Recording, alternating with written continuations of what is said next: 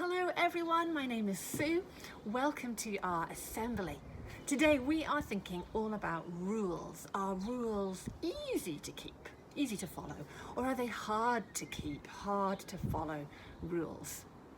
I want to know what you think. So I am going to read out some rules and you have to decide, are they easy to keep or are they hard to keep rules? So decide in your room which side of your room is going to be easy and which side is going to be hard. Okay, so and then when I read out a rule, if you think it is an easy to keep rule, a rule that's easy to follow, run to the easy side. If you think it's hard to keep, a hard to follow rule, run to the hard side. And if you think it's somewhere in the middle, then you stand somewhere in the middle. Or maybe it's quite easy or quite hard. You can kind of stand anywhere, but have one side is easy and one side is hard. And if you're feeling super lazy this morning, you can stay where you are and point to easy or point to hard. Okay, so the first rule is you must wash your hands after you've been to the toilet. You must wash your hands after you've been to the toilet. You decide, is that an easy to keep rule or a hard to keep rule? Which way are you going to go? What did you think? I think that's quite an easy to keep rule, but maybe you think differently. Okay, next rule. You must look and listen for cars before you cross the road. Easy to keep, hard to keep rule. You must look and listen for cars before you cross the road. Okay, back to the middle. Here's our next rule. You must keep your room tidy. Ooh, you must keep your room tidy. That's a harder rule for me to follow. Which way are you going to go? Do you think that's an easy to follow rule or a hard to follow rule? Brilliant. Okay, last one. You must eat 5 pieces of fruit a day. You must eat 5 pieces of fruit a day. I think I'd be somewhere in the middle for that because some days it's easy, but other days I find it hard. Well, I would like to tell you a story now, and it's a story from this book, the Bible, which is a special book for Christians. And in the story I'm going to tell you today, God gives his people rules. God gives his people rules, and then we find out if the people found it easy or hard to keep them. But I'm going to need your help to tell this story. You need to find some objects to help us tell the story. You might not have these exact objects in your house, so you need to use your imagination and find something that can be that thing. Okay, there are 5 things to find, and you have 1 minute to find them. And I've got 1 minute too. I wonder if we'll manage. Okay, I'll leave them on the screen so you know what they are, but you need to find these 5 things. You need to find something that could be a mountain. Something that could be a mountain. That's number 1. Number 2, you need to find something that could be Moses. Moses was the leader of God's people. So, I don't know, a cuddly toy or a small doll or anything you can find that can be Moses, the leader of God's people. You need to find something white. You need to find something shiny. And you need to find a stone. Okay? 5 things. Something to be a mountain, something to be Moses, something white, something shiny, and a stone. We've got 1 minute. Are you ready? Get set, go!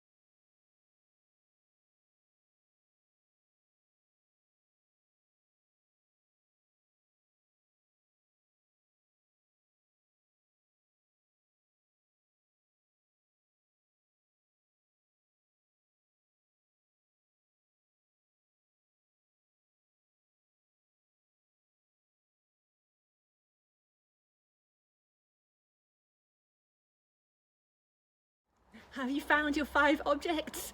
Did you manage to find them in a minute, or did you need to pause the video and restart? It doesn't matter if you did, don't worry. Here's what I found. I found a tip. It's going to be my mountain. I found, oh, Moses was the next one. A sloth. He's going to be Moses for me in this story. Something white was a face cloth. Something shiny, a fork, and a stone from my garden. Brilliant. If you've got your 5 objects, tell the story with me as we go along. So in this story, God's people are called the Israelites. Moses is their leader, and they were slaves in Egypt, but God rescued them and helped them escape, and he did some amazing things along the way, making sure they always had food and water and parting a sea so they could get through it, but the Egyptians couldn't chase them. The Bible says that they stopped and they camped in the desert at the bottom of a mountain. It was called Mount Sinai. And then the Bible says that one day Moses, take Moses, put him up the mountain, went up the mountain and talked to God.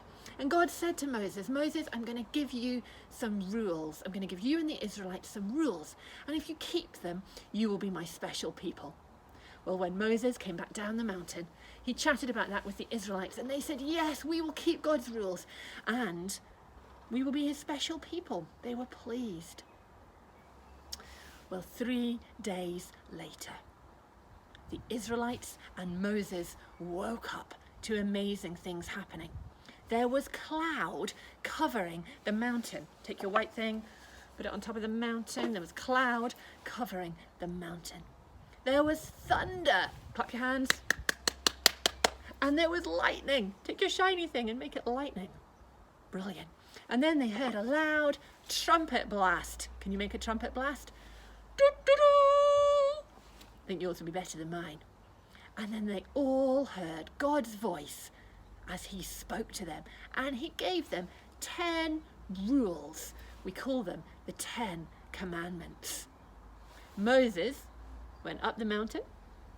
Put Moses back up the mountain, that's great. And he spoke to God some more, and God explained the rules and gave him some other rules. And then, this is when we need a stone, God wrote the rules on tablets of stone and gave them to Moses. Well, Moses was up the mountain, the Bible says, for 40 days. He was talking to God and understanding the rules, and God was writing them down on the stone. But at the bottom of the mountain, the Israelites, even though they'd heard the rules, they'd heard God giving them, they should have known all the amazing things God had done for them, they should have remembered, they forgot to keep the rules. The first rule was to only have one God, to worship only God. And they forgot that. And they made another God and worshipped a statue instead. Well, Moses, when he heard about it, was furious and upset. And God was furious too. And Moses went down the mountain. Oh, my mountain fell down. He smashed the tablets of stone.